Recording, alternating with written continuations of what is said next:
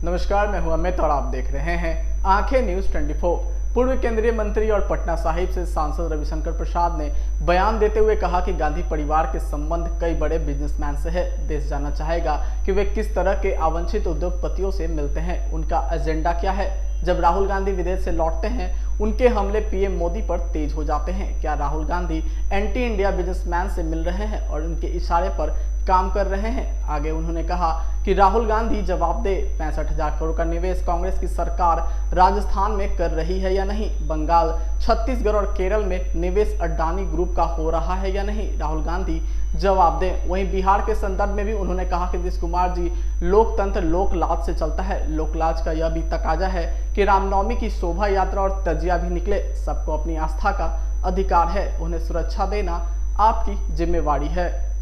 करिए ना, उनकी कांग्रेस पार्टी संभलती नहीं। सर, राहुल गांधी अभी हार गए पूरे नॉर्थ ईस्ट में, तो छोड़िए इस बात को। सर, राहुल गांधी पे इतने गंभीर आरोप है, फिर हमारी सरकार उन पर इतनी लिबरल क्यों है, कठोर कार्रवाई क्यों नहीं की जा रही है?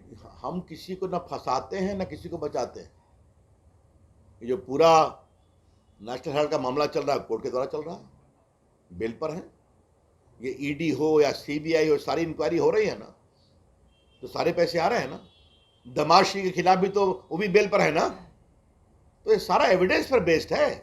लेकिन फिर कह रहा हूं, आज की टिप्पणी क्यों महत्वपूर्ण है कि एक ऐसे व्यक्ति ने आरोप लगाया है जो 50 साल तक कांग्रेस का एक बहुत ही वरिष्ठ नेता रहा।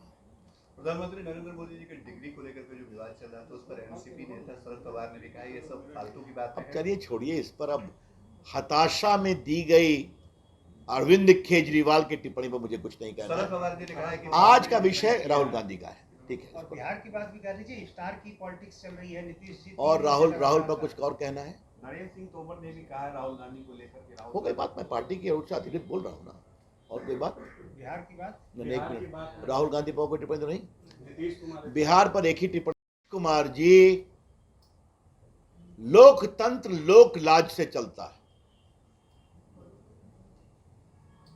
और लोक लाज का यह भी तकाजा होता है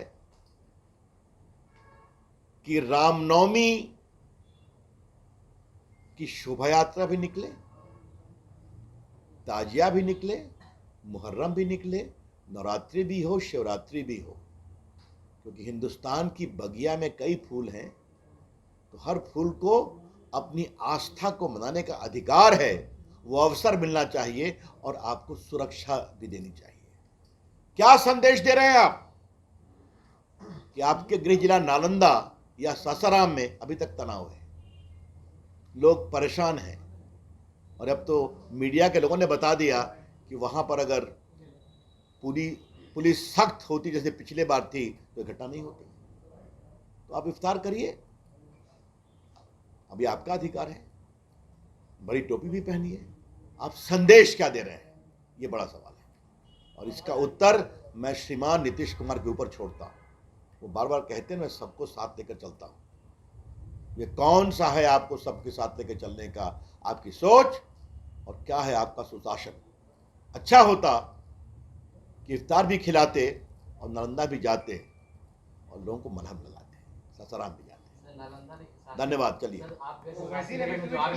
अब बस इस पर एक जातीय अब आज का भारतीय जनता पार्टी अपेक्षा करेगी कि ये कौन से बिजनेसमैन इनको बताया जाए, राहुल गांधी उनसे क्या व्हीलिंग डीलिंग करते थे ये भी बताया जाए, और क्या भारत के विकास की प्रगति की यात्रा को कमजोर करने में राहुल गांधी की यही भूमिका है। उनसे षड्यंत्र करके मिलकर आते थे और हमला करते थे। एक अंतिम बात कहनी है कि अडानी रोज प्रकरण जपते हैं। वो मैं फिर रिपीट करूंगा, अडानी को विदेश में पहली खान कब मिली? जब मनमोहन सिंह की सरकार 2009 में, 2011 में बड़ी खान मिली उनको न्यूजीलैंड में, ऑस्ट्रेलिया में। तो क्या मनमोहन सिंह जाते थे क्या? आज राहुल गांधी जवाब दें, 65,000 करोड़ रुपए का पूंजी निवेश अडानी आपकी सरकार राजस्थान में कर रहे हैं कि नहीं, जहां अशोक गहलोत जी मुख्यमंत्री हैं? अडानी का पोर्ट बन रहा है कि नहीं केरला में? जिसको कांग्रेस पार्टी ने ओके किया और आज सीपीएम सीपीआई की सरकार उसको एग्जीक्यूट करवा रही है। अडानी को कोयला खदान का एक्सपेंशन छत्तीसगढ़ की कांग्रेस सरकार ने दिया या नहीं दिया, और बाकी बंगाल में भी 15,000 करोड़ का पूंजी निवेश हो रहा है। तो राहुल गांधी कुछ नहीं बोलते हैं इस पर, आज तक जवाब नहीं देते हैं, और खाली झूठ बातें करना, बेबुनियाद आरोप लगाना उनकी फितरत बन गई है। इसके हम बहुत भर्त्सना करते हैं। लेकिन राहुल गांधी जी, आज आपके खिलाफ आरोप आपकी पार्टी के एक 50 साल के कर्मठ नेता ने लगाई है कि आप विदेश में अनडिजायरेबल बिजनेसमैन से मिलते हैं, और मिलकर जब हिंदुस्तान आते हैं तो भारत के खिलाफ, सरकार के खिलाफ आपका स्वर और आक्रामक होता है, गलत बयानी और झूठ के साथ। आज इसका जवाब आपको देना पड़ेगा। मैं राहुल गांधी की इस पूरे आचरण की बहुत भर्त्सना करता हूं, और आज जिम्मेवार स्रोत से इसके प्रमाण मिले हैं कि राहुल गांधी भारत विरोधी ताकतों के खिलाफ के साथ विदेश में काफी सक्रिय रहते हैं।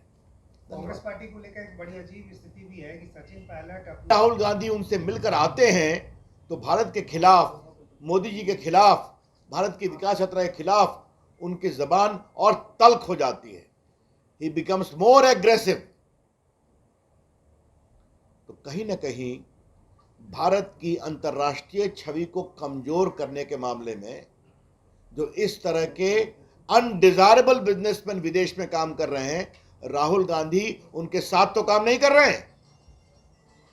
इसीलिए कोई भी बात करें, स्टार्टअप तो मजाक करेंगे, भारत का मेड इन इंडिया वैक्सीन जो दुनिया में 80 देशों में गया उसका मजाक बनाएंगे, लॉकडाउन का मजाक बनाएंगे, भारत की आर्थिक प्रगति का मजाक बनाएंगे, और बाकी बात कहते हैं।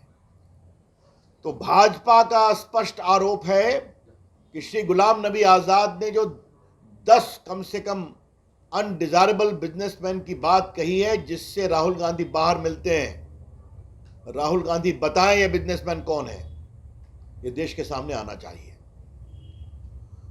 दूसरी बात कि राहुल गांधी का एजेंडा है क्या, वो चाहते क्या है।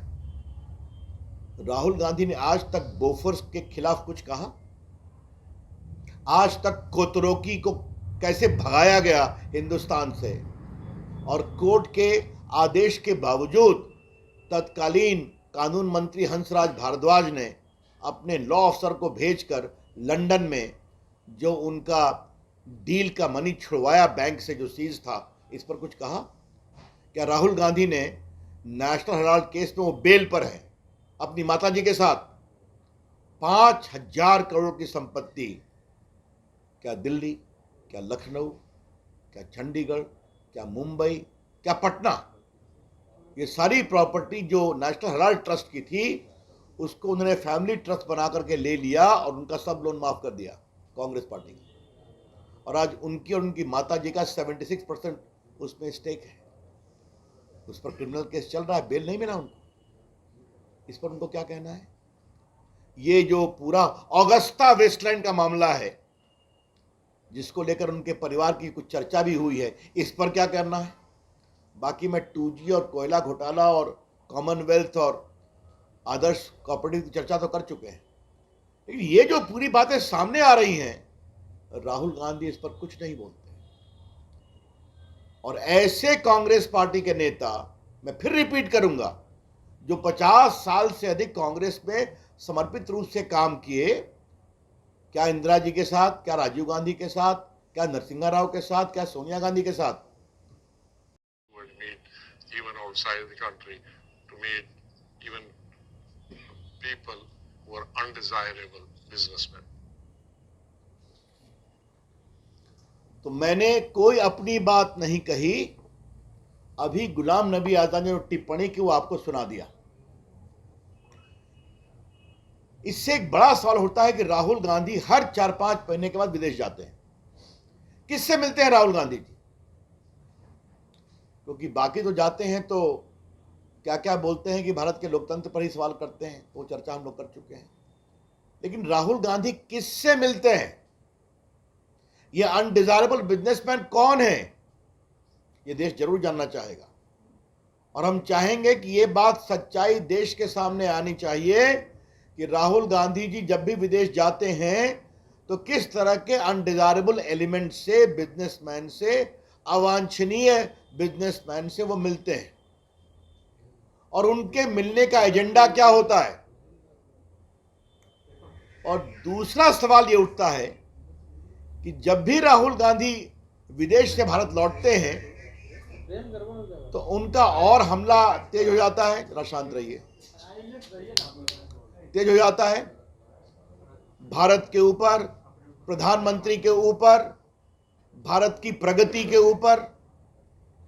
आज तक राहुल गांधी जी ने पिछले 9 साल में भारत की विकास यात्रा में एक भी अच्छे शब्द नहीं कहे। चलिए उनका विषय है, लेकिन आज भारत दुनिया की 5वीं इकॉनमी बन चुका है, इंग्लैंड से आगे निकल चुका है। भारत का आईटी सेक्टर, भारत का डिजिटल सेक्टर, भारत का स्टार्टअप सेक्टर। याद करिए कि जब कोरोना काल में मेड इन इंडिया वैक्सीन ने दुनिया में अपना परचम लहराया तो उसका भी विरोध कर रहे थे कि कौन सी वैक्सीन है। तो क्या Rahul Gandhi anti India businessman के इशारे पर भारत को कमजोर करने की कोशिश कर रहे हैं और मोदी जी के खिलाफ अभियान कर रहे हैं? मैं फिर कहूंगा, ये अनडिजायरेबल बिजनेसमैन विदेश में कौन है? और जब भी राहुल गांधी उनसे मिलकर आते हैं तो भारत के खिलाफ, मोदी जी के खिलाफ, भारत की विकास यात्रा के खिलाफ उनकी जबान और तल्ख हो जाती है। ही बिकम्स मोर एग्रेसिव। तो कहीं ना कहीं भारत की अंतर्राष्ट्रीय छवि को कमजोर करने के मामले में लेकर उनके परिवार की कुछ चर्चा भी हुई है। इस पर क्या करना है? बाकी मैं 2G और कोयला घोटाला और कॉमनवेल्थ और आदर्श कोऑपरेटिव की चर्चा तो कर चुके हैं, लेकिन ये जो पूरी बातें सामने आ रही हैं, राहुल गांधी इस पर कुछ नहीं बोलते। और ऐसे कांग्रेस पार्टी के नेता, मैं फिर रिपीट करूंगा, जो 50 साल से अधिक कांग्रेस में समर्पित रूप से काम किए, क्या इंदिरा जी के साथ, क्या राजीव गांधी के साथ, क्या नरसिम्हा राव के साथ, क्या सोनिया गांधी के साथ, मुख्यमंत्री, कैबिनेट मिनिस्टर, महामंत्री, कई प्रदेशों के प्रभारी, मतलब कांग्रेस की अंदरूनी बातों को जानने वाले, आज उन्होंने कहा, मैं जानता हूं कि ये विदेश जाते हैं तो अनडिजायरेबल बिजनेसमैन से मिलते हैं। अगर आपने अभी तक हमारे चैनल को लाइक, सब्सक्राइब, शेयर नहीं किया है तो जल्द से जल्द हमारे चैनल को लाइक करें, सब्सक्राइब करें और शेयर करना बिल्कुल नहीं भूलें। अगर आपने अभी तक हमारे चैनल को सब्सक्राइब नहीं किया है तो हमारे चैनल को जल्द से जल्द सब्सक्राइब करें, लाइक करें, शेयर करें और कमेंट करें। क्या आप पत्रकारिता के क्षेत्र में अपना कैरियर बनाना चाहते हैं? तो आज ही royal Ashoka institute of mass communication and journalism में अपनी जगह सुनिश्चित करें। आर्यभट्ट ज्ञान विश्वविद्यालय पटना से मान्यता प्राप्त 100% प्लेसमेंट के साथ royal Ashoka institute of mass communication and journalism नामांकन जारी है। हमारा पता है DS/16 गायत्री मंदिर के समीप, कंकड़ बाग, पटना 8,20,000। आप हमें संपर्क भी कर सकते हैं। हमारा मोबाइल नंबर है 9955456126।